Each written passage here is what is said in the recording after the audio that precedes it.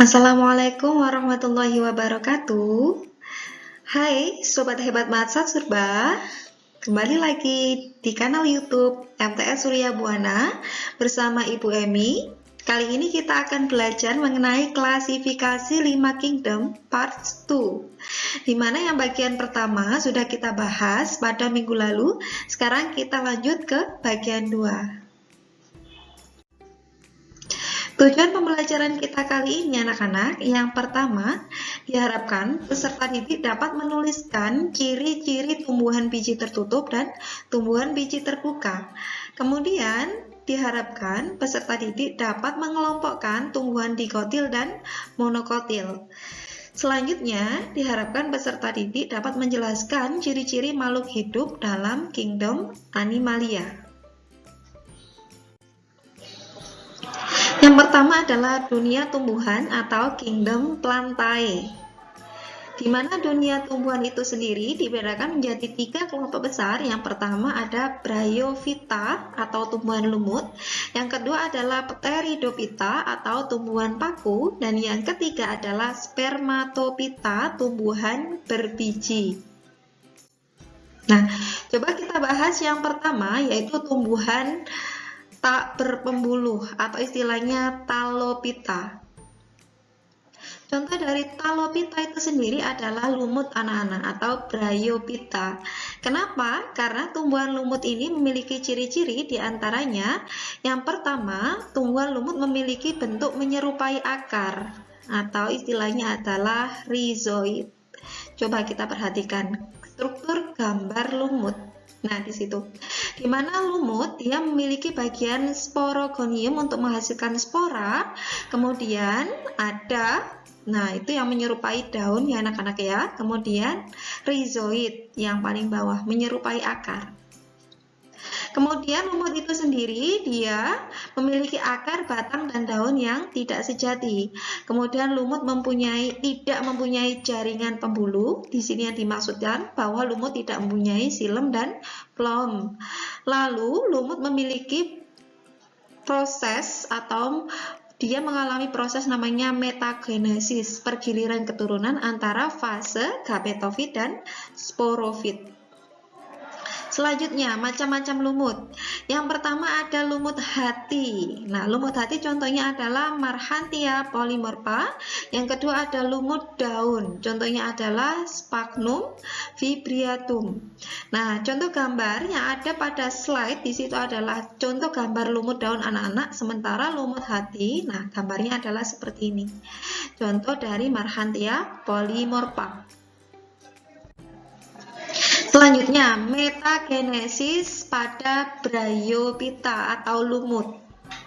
Nah, di sini ada bagan di mana tumbuhan lumut dewasa dia menghasilkan alat kelamin jantan yang disebut antheridium dan alat kelamin betina yang disebut archegonium. Antheridium menghasilkan sel sperma, kemudian archegonium menghasilkan sel telur. Jika sel sperma dan sel telur ini melebur jadi satu atau fertilisasi akan menghasilkan zigot. Nah, ini yang dinamakan fase gametofit anak-anak, yaitu fase reproduksi secara seksual. Selanjutnya, zigot akan terus berkembang menjadi lumut muda, lalu menjadi lumut dewasa. Kemudian lumut dewasa akan memproduksi atau akan menghasilkan sporogonium, di mana sporogonium ini yang bertugas memproduksi spora. Jika spora lumut jatuh di tempat yang lembab, akan tumbuh menjadi tumbuhan lumut baru yang disebut dengan protonema. Nah, anak-anak, fase sporofit di sini adalah fase pembentukan spora di mana lumut bereproduksi secara aseksual dengan menghasilkan spora.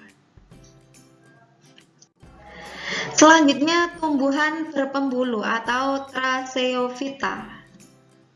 Nah, Tracheophyta dibagi menjadi tumbuhan yang tak berbiji, disebut Pteridophyta atau tanaman paku. Kemudian ada tumbuhan yang berbiji yang disebut Spermatophyta. Kita bahas ciri-ciri dari Pteridophyta atau tanaman paku. Tanaman paku dia tidak menghasilkan biji, Sementara tanaman paku itu sendiri anak-anak berkembang biak dengan spora. Kemudian tanaman paku itu sudah memiliki pembuluh angkut. Di sini tanaman paku sudah dilengkapi dengan xilem dan phloem. Kemudian tanaman paku dia juga mengalami proses namanya metagenesis, sama seperti tumbuhan lumut tadi ya. Kemudian tumbuhan paku itu sendiri dikelompokkan menjadi 4 kelompok besar. Yang pertama adalah Psilophytinae, yang kedua Lycopodinae, yang ketiga Equisetinae, dan yang keempat adalah Filicinae. Selanjutnya tumbuhan berbiji atau spermatofita. Spermatofita dikelompokkan menjadi 2 kelompok besar, yaitu tumbuhan biji terbuka yang kita sebut sebagai Gymnospermae dan tumbuhan biji tertutup atau Angiospermae. Coba kita bahas. Yang pertama kita jabarkan dulu metagenesis pada tumbuhan paku atau Pteridophyta. Nah, di sini ada tumbuhan paku dewasa, dia menghasilkan spora yang disebut fase sporofit. Nah, spora ini jika jatuh di tempat yang lembab akan tumbuh menjadi tumbuhan paku muda. Nah, tumbuhan paku muda ini akan terus tumbuh berkembang menjadi tumbuhan paku dewasa. Ketika sudah dewasa, dia menghasilkan organ kelamin jantan yang disebut antheridium dan organ kelamin betina yang disebut archegonium. Antheridium menghasilkan sel sperma dan archegonium menghasilkan sel telur.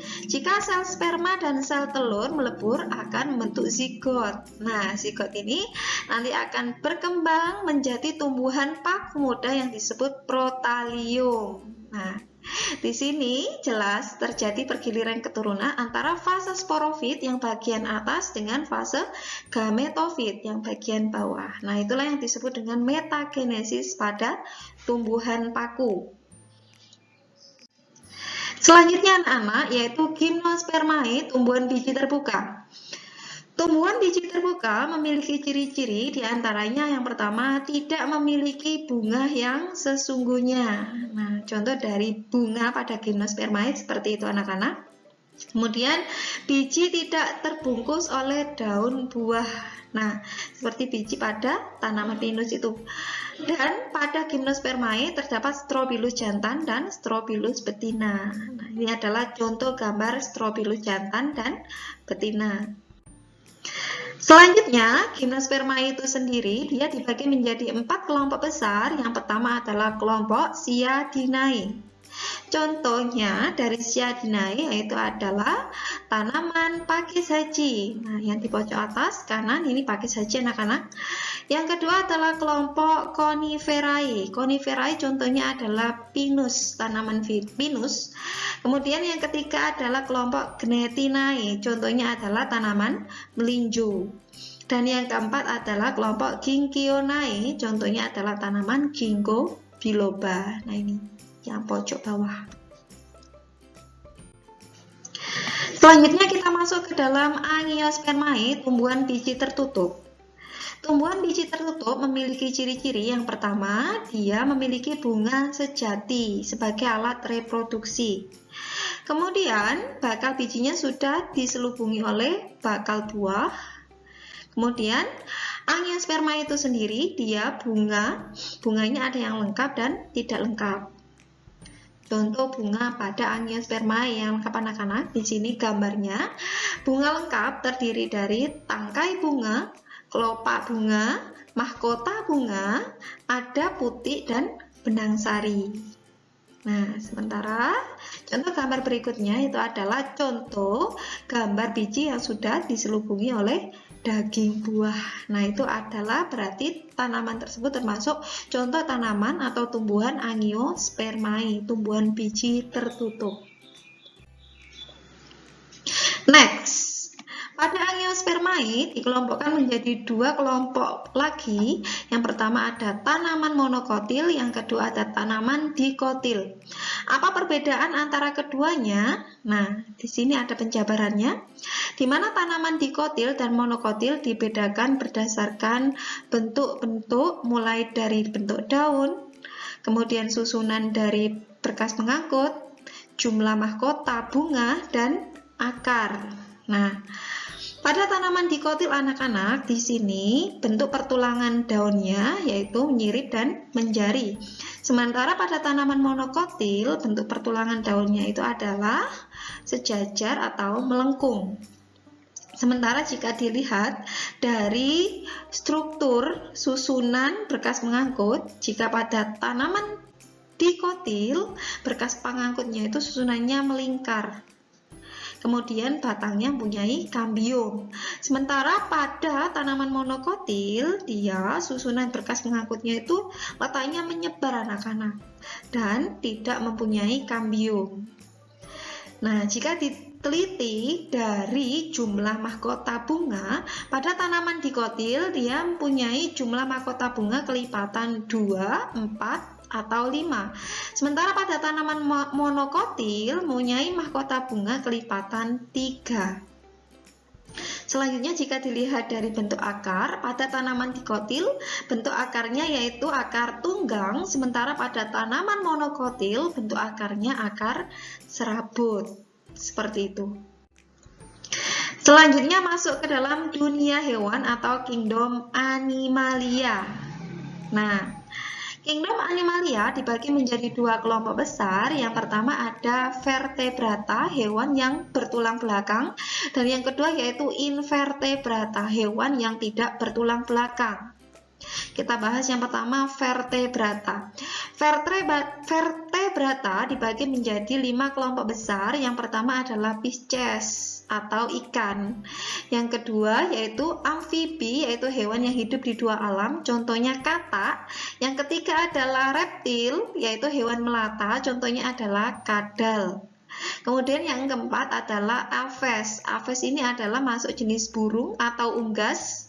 Dan yang kelima adalah mamalia atau hewan menyusui. Contohnya di sini yaitu gambar singa ya anak-anak ya. Lalu masuk ke invertebrata. Invertebrata dibagi lagi menjadi kelompok-kelompok besar. Yang pertama yaitu porifera. Porifera adalah hewan berpori, contohnya adalah spongia. Spongia biasa kita temukan pada dasar laut anak-anak. Contohnya seperti pada gambar itu ya. Kemudian yang kedua adalah arthropoda atau hewan berbuku-buku. Contohnya adalah serangga. Lalu yang ketiga Annelida. Annelida contohnya di situ adalah cacing tanah. Yang keempat adalah helmin. Helmin ini dibedakan menjadi dua, ada platyhelminthes dan nematelminthes.